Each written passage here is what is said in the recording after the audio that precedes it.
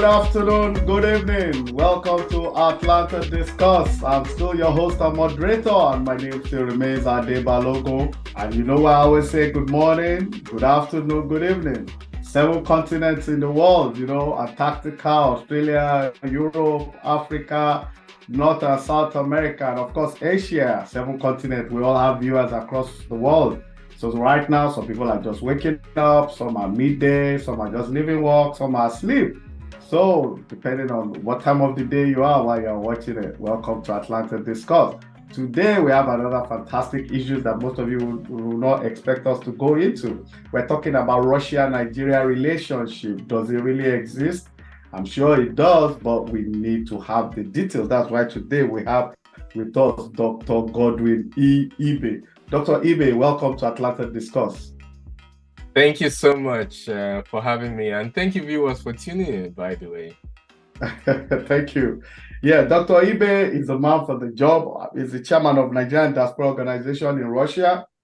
So clearly, he's the number one citizen, apart from the ambassador of all Nigerians in Russia. So he's an ambassador at large for Nigeria. And Dr. Ibe is a doctor, he's an economist, he's an educator, he's a businessman, he's a musician, he's an educator, he's all of those things in one.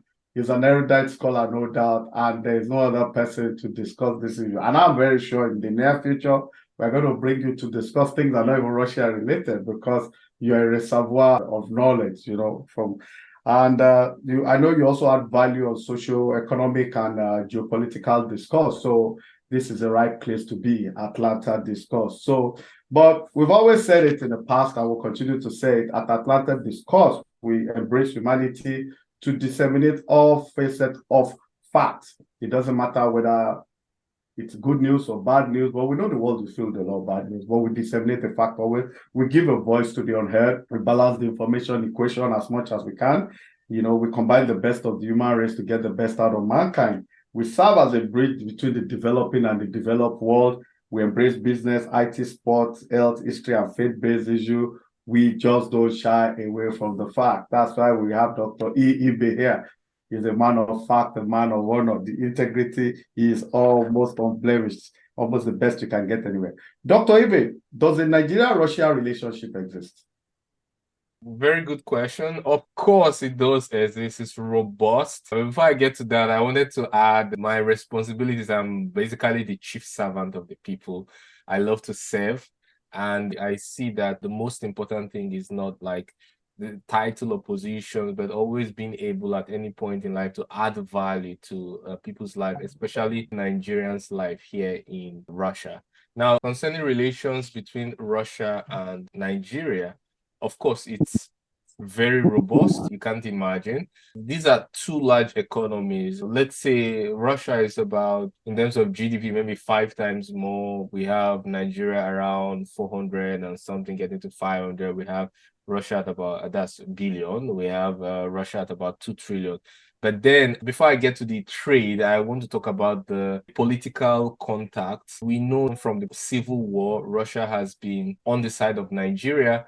And Nigeria's President Olusegun Obasanjo visited Moscow. That was in 2001, while Russian President Dmitry Medvedev visited Abuja in 2009. Following the exchange of state visits by the presidents of Nigeria and Russia, the relationship received a kind of boost and acquired a quantitative new phase with enhanced level of cooperation in almost all fronts. For example, two countries signed the Declaration of Principle on Friendly Relations and went ahead to establish the Intergovernmental Commission on Economic, Scientific, Technical Cooperation. It's called ICESTC, aimed at laying a strong foundation for mutually beneficial relations.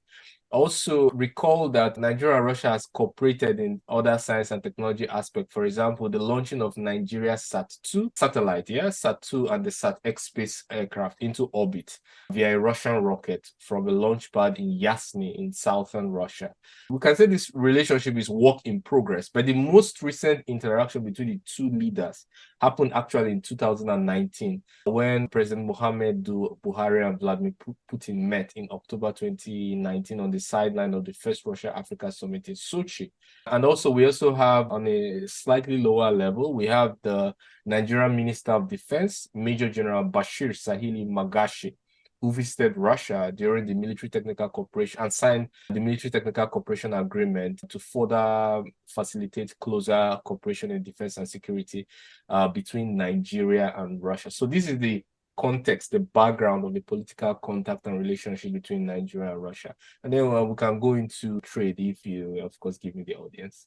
Yeah, before we go into trade, I mean, you know that in December 25, 1991, the USSR that was collapsed, and a lot of Soviet blocs, I think about 10 or 12 countries, majority led by Ukraine. Ukraine is an issue we're going to discuss later on this program.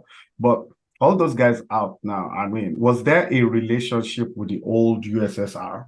Now, I know you just spoke about Russia, but with the old USSR, because Nigeria... Russia is seen as the heir to the Soviet Union. So many of the things are carried over. So it's more like Russia is like a smaller Soviet Union, but with some typical characteristics that it's more, maybe a little bit more westernized by accepting a little bit more Western culture, Chinese culture. It's no more the super secular Soviet Union, which it was. And of course, it carries over many of the contracts, it establishes close relationship with the other countries, whether it's Kazakhstan, Kyrgyzstan, Tajikistan, Uzbekistan, and all of those countries.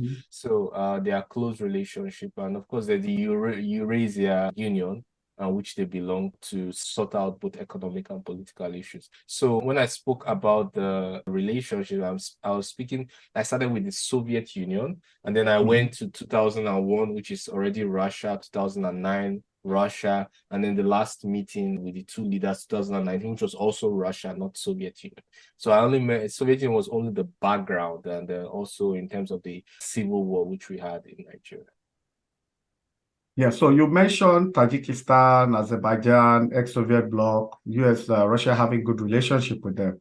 But there are countries like Estonia, Latvia, that also came out from the old USSR that presently do not have a good relationship with Russia of today. You can't have good relationship with everybody. Everyone, that the thing about the sovereign state is that it has the right to choose who he wants to do business with, who he wants to establish diplomatic relations, economic trade relations, and they have their right, their way, and it's their choice. But if you say most, yes, most have a strong relationship with Russia. That's no doubt about that. And by the way, if you talk about the population of these countries you've mentioned, they might not even be something up to 10% of Russia population. So that's not to speak little of them. I respect them, and they have their whole economic giants in their own niche product. But what I'm saying is that when you look at it holistically and from a population and economic mind perspective, most of the ex-Soviet blocs establish good relationship with Russia and do business with Russia. All right, fantastic. So what exactly are the goods and commodities that are currently traded between Nigeria and Russia? Okay, let's start with Nigeria trading to Russia. The last time I checked, Nigeria exported about 38.8 million worth of goods to Russia. And the main exports were cocoa beans, yeah? Or cacao beans, however you might like to pronounce it. That was like 29.5 million. Then you had perfume plants.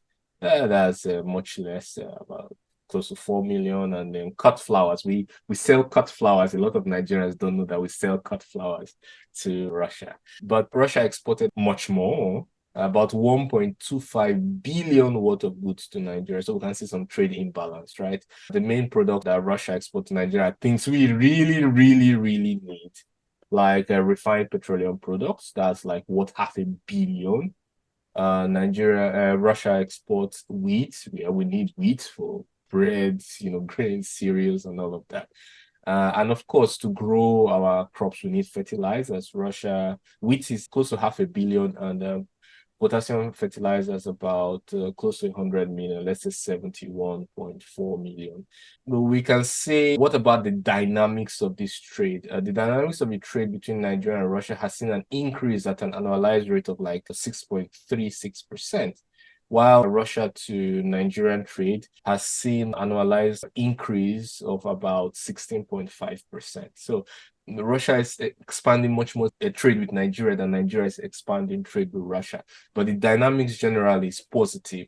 In terms of services, Nigeria doesn't export a lot of services, unfortunately, but Nigeria uses Russian services, especially computer information, hardware, transportation, and other services. So these are the main highlights of trade between Russia and Nigeria. Interesting, because I was just going through them myself, and I discovered that in 2021 alone, the trade volume between both countries was about 2.09 billion, and only 38 million in all that was from Nigeria.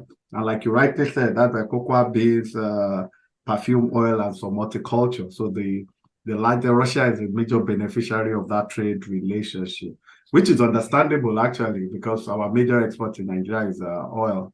So we're more of a consumer than a productive nation, and Russia has a lot of oil too, but it does seem that they have a way of managing it and all that better than we do. And we don't refine. We buy refined petroleum products from Russia. Over $500 million worth of refined petroleum products. We don't refine, so we buy $500 million from Russia. Wow. So that's what the next question I'm going to ask you. But before I go into that, don't you find it amazing that an oil-producing country doesn't have a functional refinery? It's appalling to say the least. There are no ways to put the lipstick on this pig. And I don't mean the country, I mean the situation. It's a piggy situation where an oil, you can try to launder the image as much as you like, but you still won't come out with a presentable reason why an oil producing country cannot have a good refinery and energy and stable light with those petroleum products as source of energy to provide stable electricity and to export services and refined petroleum products. It's just no excuse whatsoever. Okay, so we're still on the economy, Nigeria, Russia, and this still Atlantic Discourse. We're talking to Dr. Godwin Ibe. He's the president of the Nigeria Diaspora Association in Russia. He's talking to us from Russia. He's an educator, he's a doctor, he's an agriculturist, he's a musician, he's a man of all trades, He's a welfareist, he's humanitarian, he's always ready to help. He's an authority on so many socio-economic discussion, geopolitics, and you can see from the rich discussion we're having so far, we're talking about the Russia-Nigeria relationship, whether it exists. Yes, it does. It's sharing the facts with us from the days of the USSR, the Union Soviet Socialist Republic, and all to present day under President Vladimir Putin. He has told us clearly that President Obasanjo rekindled a lot of business hope for Nigeria. He tried to balance it like everybody has agreed Obasanjo did while he was there. At least on foreign policy, he gave Nigeria that beacon of hope, and he gave Nigeria parity in the Committee of Nations. That's just about the last good time we really had a foreign policy. We do know we'll get there one day, just a matter of time. And we also analyze the commodities that have been traded between Russia and Nigeria. It does look like the trade balance is tilted well in favor of Russia. Nigeria is buying a lot of refined products from Russia simply because as an oil producing nation, Nigeria has no functional refinery. So Dr. Ibe, let's look at this now. Do the Nigerian government or Nigeria as a country, do we have anything to learn from Russia economically? A lot. I have no way to, I can't exaggerate it. A lot. For example, you spoke about refined petroleum products, so Nigeria not producing refined petroleum products. What about wheat? I mean, if you plant a stone in Nigeria, it will grow into a plant. I mean, I'm exaggerating, but Nigerian soil is so fertile. But yet, we are only able to export cocoa beans, and then we import almost, everything. I understand wheat is not something that is very favorable to Nigerian climate, yeah, because climate considerations are taken into. But I mean, food independence should not be something that should be under question in Nigeria, because we have a good climate, tropical climate. We have rich, fertile soil. We have a lot of livestock that can also generate rich nitrogen and potassium fertilizers. So we have lots of waste that can be recycled to produce energy. So there's actually no excuse. We can learn to use what we have to not only satisfy ourselves, but also get what we want. So, number one, using oil, using production of food independence, agricultural production capacity. We can also learn. I talked about the satellite space they helped us launch, the satellites. They are Sat2 and the Sat-X. It's very good that they are that advanced. We can learn a lot. I'm not sure we have a lot of astronauts in Nigeria, but I think it would be nice to have some astronauts wearing the green, white, green flag. Also, what about sanctions and financial independence? Despite the numerous unprecedented sanctions on Russia, Russia's economy has actually experienced growth this year, and it's able to still conduct trade. It overtook Germany in the GDP, PVP to become the fifth in the world, while it is fighting a war and under unprecedented sanctions. This is something like you would think is just impossible. But this is just something that when you have the interest of your country at heart, when you have a plan, you're patriotic, and you have people who key into that vision, you're just basically unstoppable. Just basically unstoppable. So we have a lot to learn. We have a lot to learn from Russia, both in the economic sphere, the military sphere, social sphere. For example, universal medical care. In Russia, medical care is free. It's absolutely free. Even if you're an illegal immigrant, if you call the ambulance, you'll be treated you won't be charged for that. You'll be treated, your life will be saved. These are just so many wonderful things. The transport infrastructure in Moscow is considered the best in the world. Actually, this year, Moscow was voted the best city in BRICS, and also by United Nations was voted the best in infrastructure and development and something by United Nations. So this is it's a strong feat. It's a great achievement which you can look up to. We can make Lagos great again. Consider the fact that countries like maybe Malaysia, Singapore used to look up to Nigeria many years ago, and now they are close to advanced countries. Look at Dubai, it used to be a desert. Now it's a top tourist destination where even the rich or the upper class is diversifying their investment in Dubai and purchasing houses there as some safe, secure investment, including the stolen ones, I might add. But it's just an example of the many things we can learn. Also, you talk about using what you have to get what you need. Russia being a top oil producer, they were not members of OPEC, but because of their control over the sale of oil, even during the sanctions, they formed the OPEC Plus. And that plus is Russia. Russia had to forge good diplomatic relations with Saudi Arabia, especially, and other OPEC countries to decide commodity trade. Russia is also spearheading BRICS. It's unfortunate Nigeria is not part of BRICS, and I don't know what Nigeria is waiting for. But I think Nigeria should take advantage of every opportunity to improve relations with both the East and the West. In geopolitics, it's always better to be in the room than outside, no matter what you believe. So I think that countries like Argentina, Ethiopia, Egypt, they are not really stupid for doing all it takes to be part of this great institution. So just a lot. I can name so much more, but I think we can stop there in terms of the amount of things we can learn from Russia. Okay, fair enough. But the latest BRICS meeting, I think, was in South Africa, the one South Africa hosted. And I think Nigeria applied to be member of BRICS, though even the application was not considered. But as you know, I'm sure you follow Indian politics. I'm always tempted to talk about India, because it's the country with the largest population in the world now. They've overtaken China.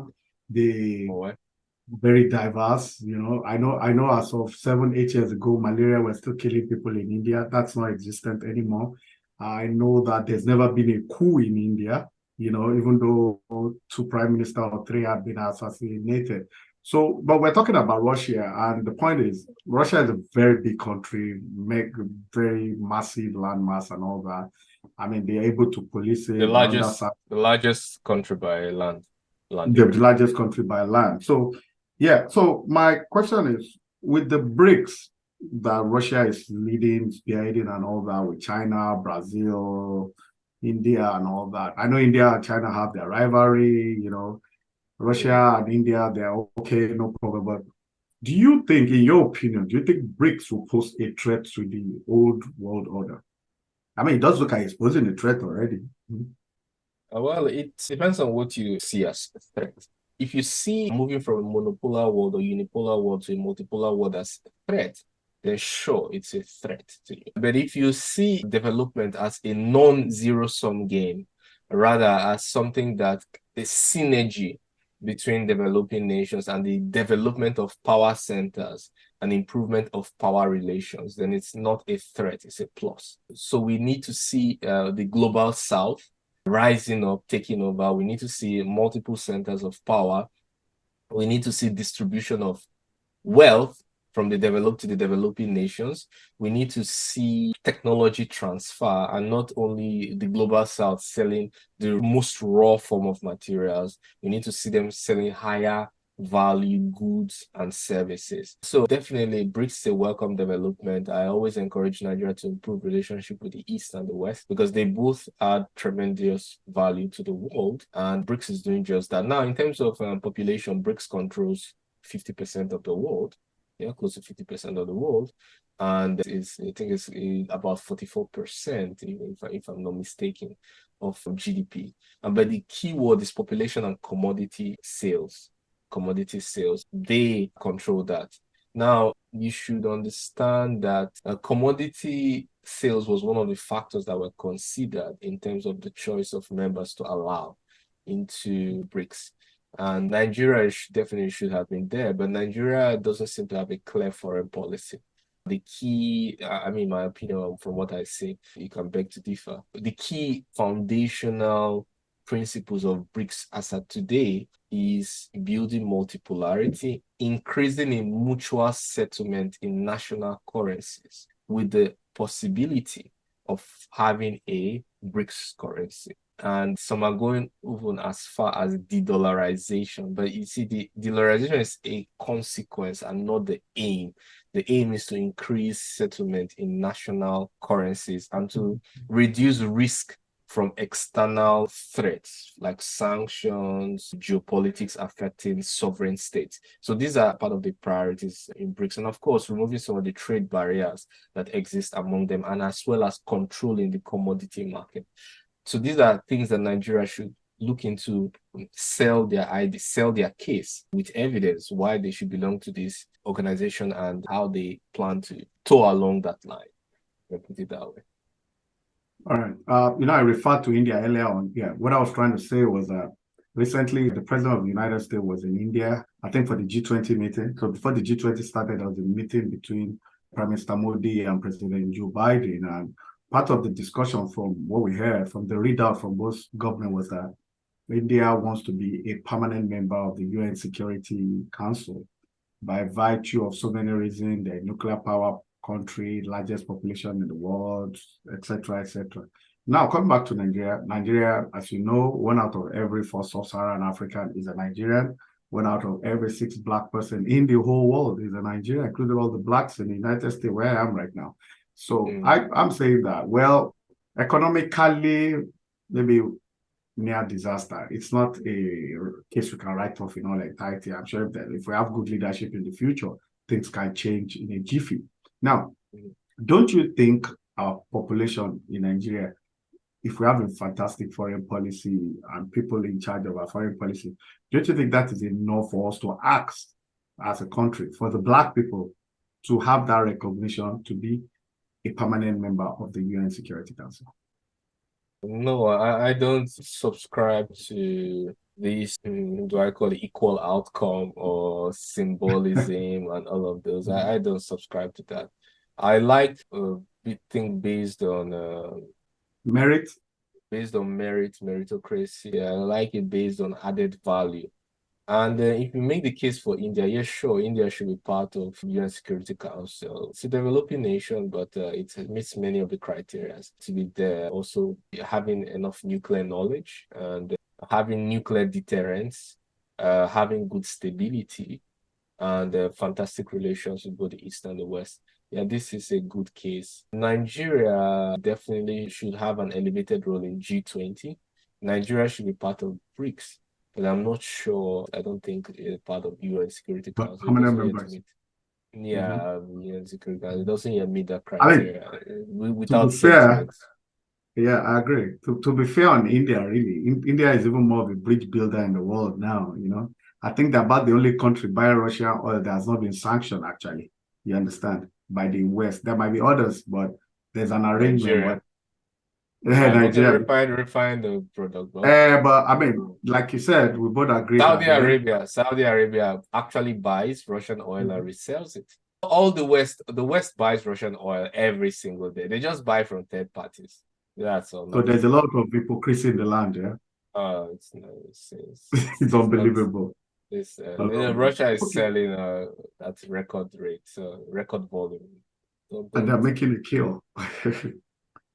In Okay. fact, Saudi Arabia prefers to buy Russian oil because it's at a discount, so they can sell theirs, which is not encumbered with geopolitical labels at a more Yeah, expensive that's right. price. Yeah, Oh, okay. It makes economic sense for Saudi makes Arabia. economic sense for Saudi Arabia, of course. They just they bring it and they'll still make a profit out of it because it's discounted. Just like India too is getting discounted. China, they're all loving it. And where's Nigeria and all of this? You know, that there's some scarcity of fuel, you know, it's just unbelievable. Anyway, when you have square peg in square holes, what do you get? Still on Atlanta Discuss, we are talking to Dr. Godwin Ube, president of Nigerian Diaspora Association in Russia. We're talking about Russia-Nigeria relationship. Does it exist? Yes, he has told us so much already. So much. He knows everything. Now, let's talk about the Ukraine war, you know. I was going to ask her what are the impacts of the war on Russia, but I want to rephrase it so that because this covers a lot of areas. Because we've discussed some of it already, that Russia has handled the impact very well. They are trading at a record volume in crude oil and all that. But let me put it this way: yeah, the Russia-Ukraine war. Does Russia have any justification for the war? If yes, what are the justifications? Um, Russia has their points which they argue for. The first one is Russia considers this conflict an existential issue because it's connected with the expansion of NATO, which is like the fifth wave now, closer to its border.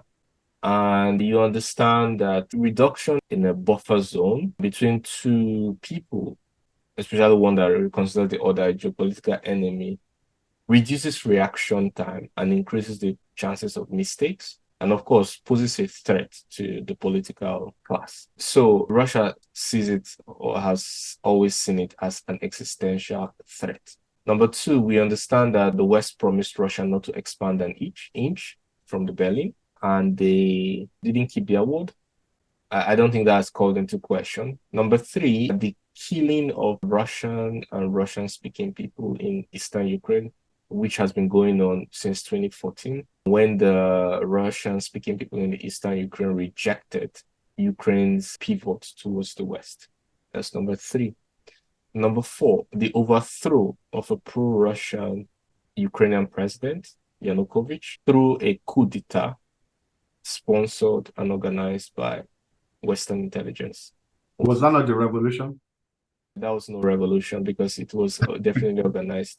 A president was chased out. It's definitely illegal. They didn't do anything according to their constitution, both in terms of the impeachment, the required number of votes, and basically chasing the president out of the country. That is purely a coup d'etat. There's no other way to call it. So a coup d'etat was just like we are seeing now in Niger Republic. A coup d'etat was performed under the guise of revolution and overthrew who Russia considers a pro-Russian Ukrainian president, for obviously against its interests. So when you sum up all these reasons, you can understand that they have a point or a case to present. Also, remember the attempts that were made at peace with the Minsk I, Minsk II agreement, which were not heeded. The Minsk I and Minsk II agreement would have actually given Ukraine all its territory, maybe except Crimea, and just only with more recognition and maybe respect and protection of Russian-speaking people in Ukraine, guaranteed by the government. Something like an amnesty or some kind of protection, but all the territory and administration would be Ukrainian. They didn't keep to it. We can argue maybe both sides didn't keep to it, but what is more appalling is that Western leaders have come out and said that they had no intention of respecting the Minsk agreement. And the Minsk agreements, people like Poroshenko, Angela Merkel of Germany, all came out to say that the Minsk agreement that they signed, they penned down with paper in presence of many countries, was just a ploy to arm Ukraine and to give Ukraine enough time to be military ready to face Russia. This obviously is appalling. It kills every form of trust, especially between both negotiators and political class. And it's very important for these leaders to keep talking. And when there's no trust, obviously it can only go south. So that's why it's really appalling when you sign documents. But the expansion was not heeded. The expansion went along to the fifth wave. The Minsk agreement was just deployed to weaponize Ukraine. These are all cases that you can look and say, yeah, Russia has a case. Last but not the least, the two principles, the Monroe Doctrine and the principle of indivisible security. The inventors of the Monroe Doctrine is actually the United States. If you remember the Cuban Missile Crisis, the United States said the Soviet Union. When Khrushchev was in Russia, head of state. Yeah. Exactly, you got that right. And the United States said that the Soviet Union has no right to put any weapon in its backyard, in its neighborhood. No geopolitical enemy has a right to put any weapon in its neighborhood, even though even though they are sovereign states. What is good for the goose is good for the gander, yeah. Goose for the gander, obviously, you got that right. So it's invented by the United States, called the Monroe Doctrine. The second principle, the principle of indivisible security, this is actually agreed in the United Nations, that you should not improve your security at the expense of the security of America. So if you are improving the security of Ukraine at the expense of the security of Russia, then you are going against the principle of indivisible security, which was agreed in the United Nations. So based on these two principles, you can see that there's a lot of case to be made on the Russian side. That does not mean there's any case on the Ukrainian side or on the Western side. I can understand that expanding their sphere of influence, controlling their sphere of influence, fighting for their interests, increasing the shares of military-industrial complex, testing new weapons, selling off weapons that are at the end of their shell life to Ukraine under the guise of helping, that would have expired in any case if they didn't pass them out to Ukraine. So these are all things you look at and say, yeah, these are some motives of the Western part or the Western party. So yeah, there's the case to be made, and you can see that, like you rightly said, what is good for the goose is good for the gander. And there's nothing worse than double standards in geopolitics, because it doesn't create that lasting peace. Even though the peace it comes for a while, it doesn't last. Interesting. So, but I know that in 91, when Ukraine got its independence, there was like a poll or like a plebiscite or a referendum. And I think 92% of Ukrainians, even before the recent attack from Russia, more than 90% of Ukrainians still wanted you to be part of Ukraine, not Russia. I mean, you mentioned earlier on in the interview that the sovereign country has a right to associate, with whoever he or she wants. And we both know that under the United Nations Human Rights Charter, there's freedom of speech, freedom of association. In fact, there's freedom of disassociation, which majority of Ukrainians have sought out democracy and what have you. So my question to you is this now. After all said and done, the war has started, and it does look like majority of Ukrainians are still maybe pro-West. They value their sovereignty and all that. I mean, you've given more than almost 10, 12 hours counting the way you were saying. Does any of this justify an invasion ab initio? I want you to know that, first of all, I'm always for peace. I always like diplomacy. I'm not a war-hungry, bloodthirsty kind of person. But I want to mention to you that some things you just said now are actually partial truth. So they are kind of misconstrued a little bit. Let me explain what I mean. Zelensky, for example, he ran under the political mantra of improving peace with Russia. And this was why he won the election. For Ukrainians, especially Eastern Ukraine, along the Dnieper River, east of the Dnieper River, they fully want improved cooperation with Russia. West of the Dnieper River, Russia has absolutely no interest in that area. They clearly want to be West. They clearly want to improve relationship with West. That's certain. I will agree with you on that. But then when you take any poll in the Eastern, you will always see that it favors improved relationship with Russia, not the West. And if you go to the west of Dnieper River, you also see the reverse will be the case. Now, concerning the sovereignty you talked about, in geopolitical powers don't play by all those petty emotional lines. US didn't ask Iraq if they are sovereign or not before it invaded it. US doesn't ask Afghanistan if they are still sovereign or not before it invaded. It doesn't even ask Libya Gaddafi. Gaddafi was once a sweetheart of the West. He was once a sweetheart. Even Saddam Hussein, even even Osama bin Laden. Even George Saakashvili of Georgia, who is Of Georgia, yeah. Georgia. Oh, fantastic sweethearts of the West. When your George time Bush really liked him. obviously. But when your usefulness expires, you understand that in geopolitics, there are no permanent friends, they're permanent interests. So, those emotional lines don't really work. You should understand that big geopolitical powers don't play by those emotional lines. They play by their interests, their spheres of influence, principle of indivisible security, moral doctrine, as I've earlier said. It's just like saying, oh, everybody should be on the UN permanent member of UN Security Council. It should be fair. Let's be fair. The world doesn't work that way. There are people who are permanent members. If you don't qualify, you are not. You are lower on the rank. Nobody asks you for your opinion when they take major decisions. That's just the way it is. So it's not an emotional thing. It's just the way the hierarchy is structured in global geopolitics. And you have to understand that that's the way it works. So Ukraine is not a member of Permanent Security Council. Big permanent members of the Security Council have their spheres of influence. They have their red lines. They have some threats which they consider maybe just economic threats or existential threats. And because both Russia and Ukraine consider this existential threat, there is no way that the US is going to be in this forever. Once the economic part no more favors the US, they will bail out. As they are bailing out now, by the way, they've already begun to bail out. Many of them are cutting down phone, saying they won't continue supply. Biden is fighting day and night to try to convince people to continue support. We can see interest waning. Poland has said they are not going to supply more. Slovakia, which you mentioned, has said they are not supplying. A pro-Russian prime minister won, by the way. The prime minister present won, by the way. And they said they are not supplying anymore. So we can see all the Western partners are all bailing out. Existential threat is not the same level as economic threat. You have to get that correct. And because Russia is fighting an existential threat, Ukraine also is fighting an existential threat. It means both of them are going to stay much longer. But because there's a clear mismatch between Ukraine and Russia without Western support, there's no way out for Ukraine to win this. Let me ask you this. I want us to leave Ukraine, but before we leave Ukraine, I want to ask you this. From your crystal ball, what do you foresee to be the end? How do you think it will end? It will clearly end.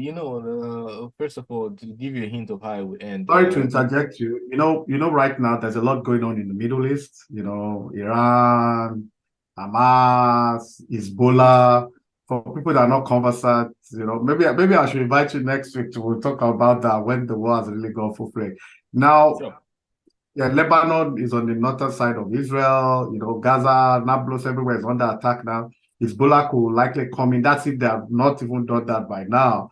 It does look like World War III. Everybody is overstretched now. You understand?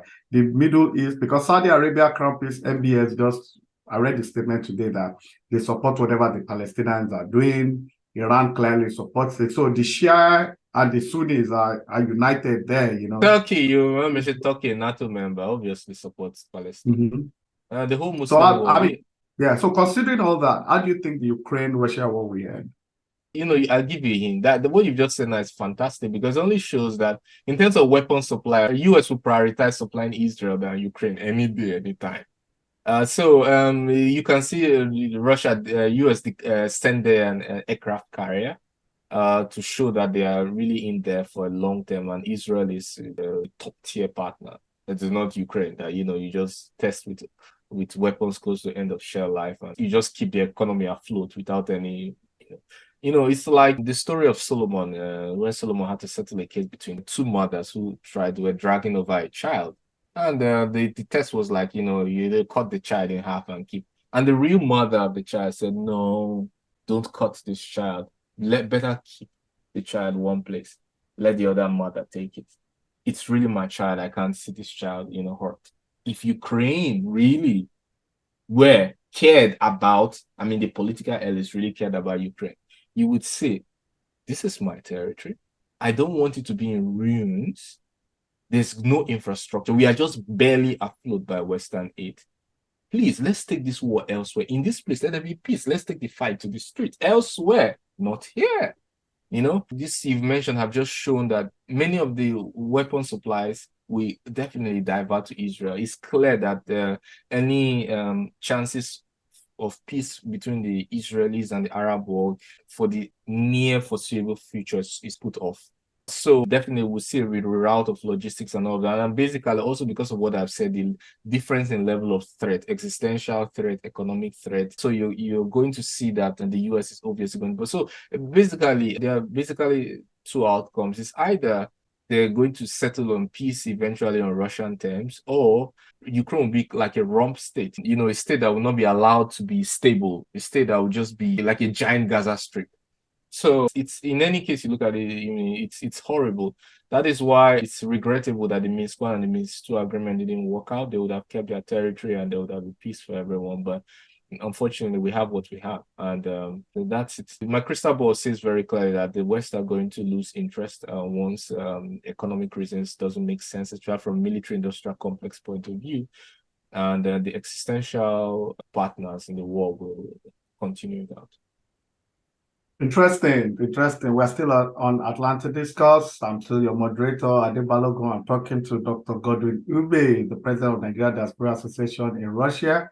He is a doctor, he's an economist, businessman, musician, a man of so many places.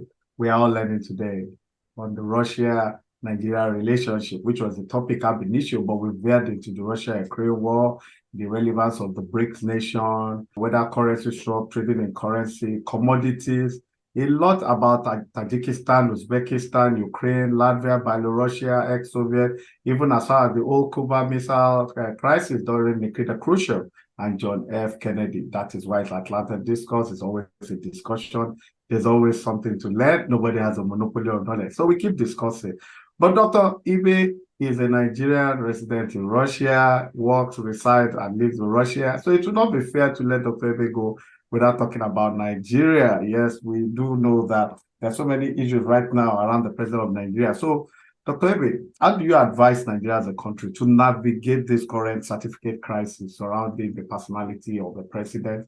I'm sure the story is already in public domain. The forgery, the deposition, everything is there. The former vice president went to America, got some fact. The school said the certificate is submitted to INEC is not from them. The law is clear on forgery and so on. Some have even said that there is no certificate that was submitted by the current president to INEC that is real, which includes the NYC certificate and the Chicago State University certificate. Of course, you also know that the minimum requirement for public office in Nigeria is COSAT, which he didn't tender. The two schools he alluded to attending, Government College Ibadan, have denied him. They said they don't know him. The school did, the old boys did. The second school, which is Government College Eric Moore, which he said he attended in 1970. It has now been proven beyond reasonable that the school was established in 1975. So how should Nigeria navigate it? This is not a good time for us. That's the number one citizen, and you also have to look at it from the viewpoint that we have an image of 419 drugs. We actually have a battered image. We don't have to be diplomatic about it, because I know by virtue of your position as leader of Nigerian diaspora in Russia, there's a lot of damage control you guys do for us, as servant leadership, protecting and all that. So how should we navigate this as a country, Dr. Ebe? You rightly said it is akin to washing our dirty linen in public, and it's already in public. We have to deal with it. But I would like to say that Nigerians deserve to know the truth. Nigerians clearly deserve to know the truth. And so Nigerians should try to find out the truth as much as possible and let the law take its course. On the other hand, we have to understand that President Tinubu is the current president of Nigeria. And it's an office which we have to respect. That office is responsible for the execution of the protection of the rights and the privileges of Nigerians enshrined in the Constitution. It's also responsible for overseeing diplomatic relations, consular consultations, assistance, managing our identity in and out of Nigeria. So we also have to respect the office and understand that whatever we do bad to the office, whatever bad we do to the office, affects us as Nigerians as well. both in terms of how people see us, both in terms of diplomatic relations, in terms of stability. So we have to take all this into consideration. Like I said, Nigerians deserve the truth and we ought to get to the bottom of it. But at the same time, we have to be cautious and understand that we are dealing with the office of the presidency.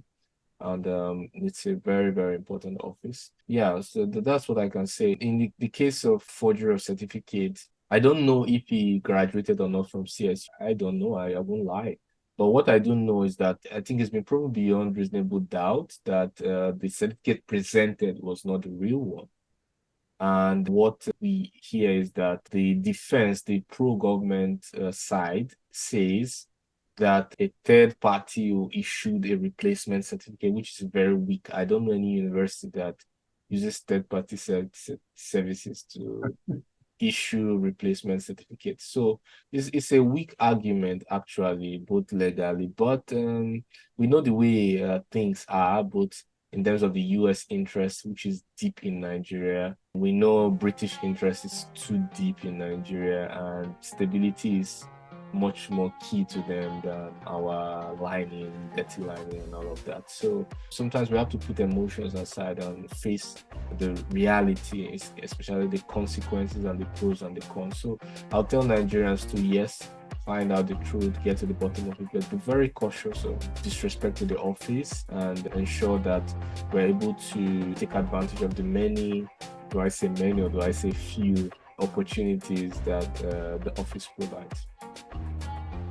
Interesting. Yeah, spoken like a true patriot. Dr. Godwin Ibe is the president of Nigeria Diaspora Russia chapter. Thank you very much for coming to Atlanta Discuss. We have learned a lot from you. Personally, yeah, I've learned a lot from you. And like we always say, it's a discussion. We learn, everybody learns, and we have learned a lot today. You said a lot about the Russian-Ukraine war. Yes, a lot of research. I'm sure I'm going to bring it back in the near future so that we can do justice just to just the Ukraine-Russia war, you know, so just that alone, you know. So we're going to call it a wrap. And I've also spoken about the Tinubu saga here, the truth, part of this, a lot of truth has been unveiled already, especially the issue of the certificate from CSU. That's incontrovertible, it wasn't from the school. Question most people keep asking, why should you forge the certificate of the school you attended when you can just get a replacement for $25? The school has also said they don't do third-party vendors. So I think that is something, you know, like we always say here, nobody has anything personal. It's just, we just go for the facts at Atlanta Discuss. The facts. Wherever it leads, we'll follow the fact. So we're going to call it a wrap. Dr. Ibe, thank you. Dr. Ibe is a doctor, economics educator, is a businessman. He's a musician, he's a reputable public figure in Moscow. Everybody knows him, everybody loves him. Clearly an erudite scholar, a man of integrity. Thank you once again for coming to Atlanta Discuss. We'll be coming to you with another extremely juicy topic next time. I can assure you, I know you all love Dr. Ibe and he will be back. Thank you. Take care. God bless you all. Bye.